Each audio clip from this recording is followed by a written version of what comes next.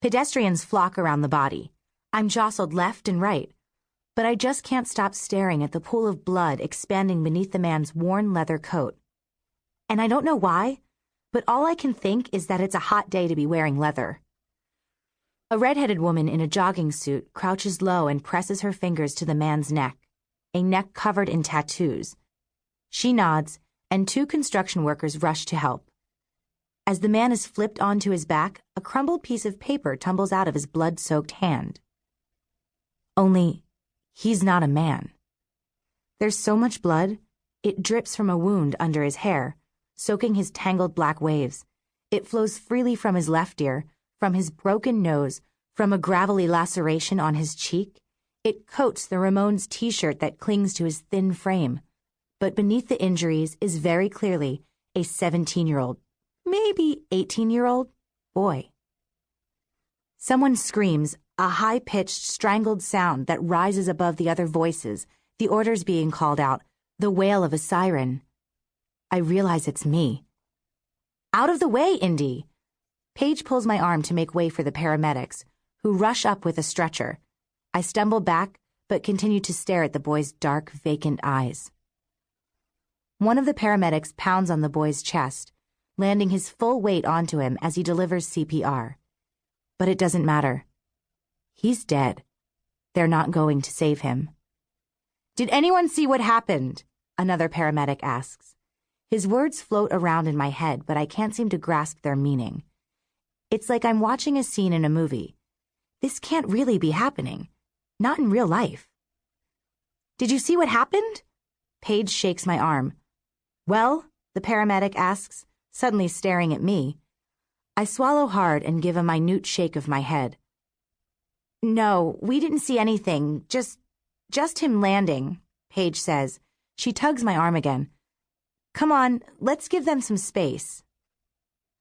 That's when I see it again. The paper the guy held in his hand, lying crumpled next to the red-headed woman's feet. I snatch it up, stuffing it in the pocket of my skirt.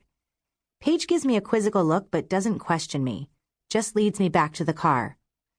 My legs are so unstable that I have to concentrate hard, one foot in front of the other, to make sure I don't collapse.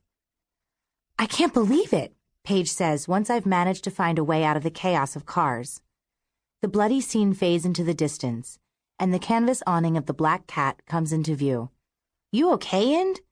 You don't look so good. I shake my head to clear my thoughts. When I speak again, my throat feels scratchy and my voice comes out a rasp. Yeah, I'm okay. You sure? Because you look really pale.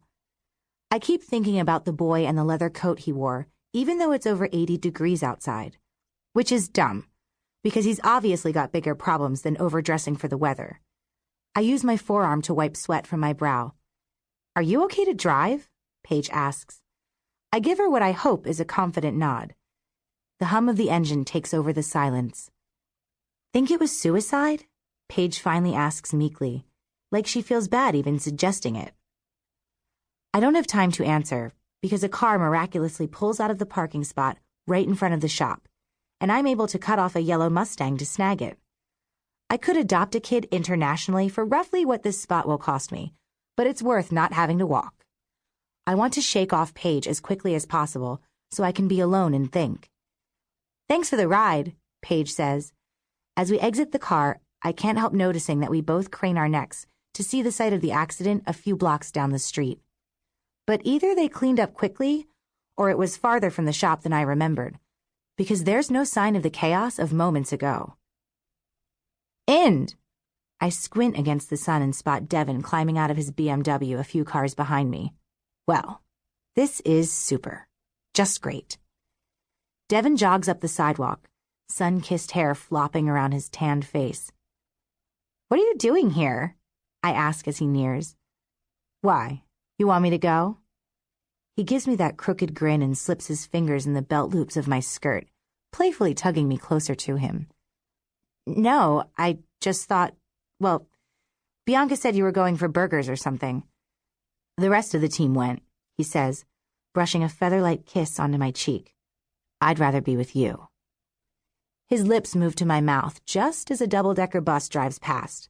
blaring facts about Melrose Avenue through a loudspeaker to the tourists snapping pictures out the windows. I push against Devon's chest to stop him. "Who cares about them?" he says, dismissing the tourists with a wave. "It's not that," I say. "Then what?" He peppers my neck with kisses. Paige clears her throat. Devon's eyes flit to my neighbor, who is still standing awkwardly beside us because that's how she rolls. "Who's your friend?" he asks. "Paige Abernathy." She stretches a hand out. "From your 5th period history class? And also from the last 6 years of school." He shakes her hand and laughs. "No, seriously," she says. "Oh." Devon's cheeks get pink, and he scratches his head. Sorry about that. I don't know what to say." "Yeah, no big deal." She pushes her shoulders back. "I wouldn't notice me either if I were the captain of the football team." This is too much. "Okay," I grab Devon's arm and tow him behind me. "Bye, Paige." "Wait, what about what happened? Sorry, have to go to work now." I don't look back, but I know she's probably staring open-mouthed as a fish as I retreat toward the shop. "Wow, I feel terrible," Devon says out of the side of his mouth. "I seriously didn't recognize that girl at all. How do you know her?" "My neighbor," I say, leaving out the part about being friends once, long ago.